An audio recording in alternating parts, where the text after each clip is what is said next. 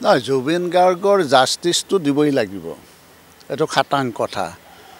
জুবিন গাৰ্গৰ মৃত্যুৰ যদি ৰহস্য নোলায় তেতিয়াহ'লে কোনো এৰি নিদিয়ে। অসমৰ জনসাধাৰণে জাষ্টিছ বিচাৰিছে, গতিকে জাষ্টিছটো যিকোনো প্ৰকাৰে যিকোনো ত্যাগৰ বিনিময়ত আমি জুবিন গাৰ্গৰ জাষ্টিছ আমি দিয়াবই লাগিব। গতিকে মই ভাবোঁ যে ইতিমধ্যে যিহেতু SIT আৰু CIDক গোটেইটো দায়িত্ব অৰ্পণ কৰিছে আৰু ইতিমধ্যে 4জন যি মূল অভিযুক্ত, এই 4জন মূল অভিযুক্ত যিকেইজনৰ নাম ইতিমধ্যে আমি শুনিছোঁ বা ইতিমধ্যে এই ৰহস্যৰ আৱৰ্তত সেই 4জন ইতিমধ্যে সোমাই পৰিছে। গতিকে 4জন মূল অভিযুক্ত আমাৰ শ্যামকানন মহন্ত, সিদ্ধাৰ্থ শৰ্মা, অমৃতপ্ৰভা মহন্ত আৰু শেখৰ জ্যোতি গোস্বামী।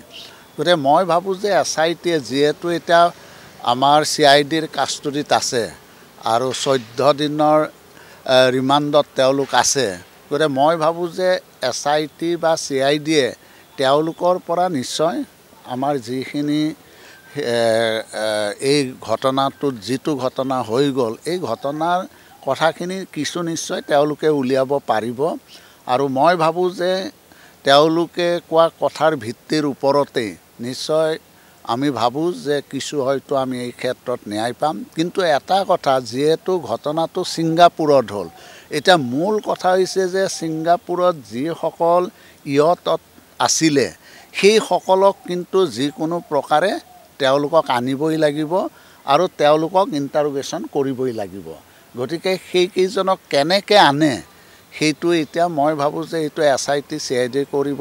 আমাৰ ৰাজ্য চৰকাৰেও নিশ্চয় এই ক্ষেত্ৰত ব্যৱস্থা ল'ব লাগিব আৰু যদি তেওঁলোক নাহে তেতিয়াহ'লে ৰাজ্য চৰকাৰে কঠোৰ ব্যৱস্থা ল'ব লাগিব। কেন্দ্ৰীয় চৰকাৰৰ লগত, বিশেষকৈ হোম ডিপাৰ্টমেণ্টৰ লগত এই সম্পৰ্কত আলোচনা কৰিব লাগিব আৰু প্ৰয়োজন হ'লে মই ভাবোঁ যে SIT CIDক দিছে ঠিকে আছে, কিন্তু যিহেতু ঘটনাটো ছিংগাপুৰত এই ঘটনাটো সংঘটিত হৈছে, গতিকে মই ভাবোঁ যে এই ক্ষেত্ৰত CBIৰো বোধহয় এটা সহায় লাগিব।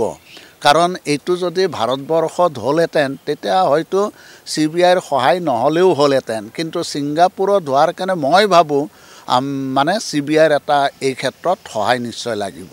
হয় যে এইটো সকলোৱে ৰাজনীতিৰ ঊৰ্ধত থাকি কৰিব লাগে, কাৰণ জুবিন গাৰ্গ হৈছে অসমৰ ৰাইজৰ হিয়াৰ আমঠু, অসমৰ প্ৰাণস্বৰূপ।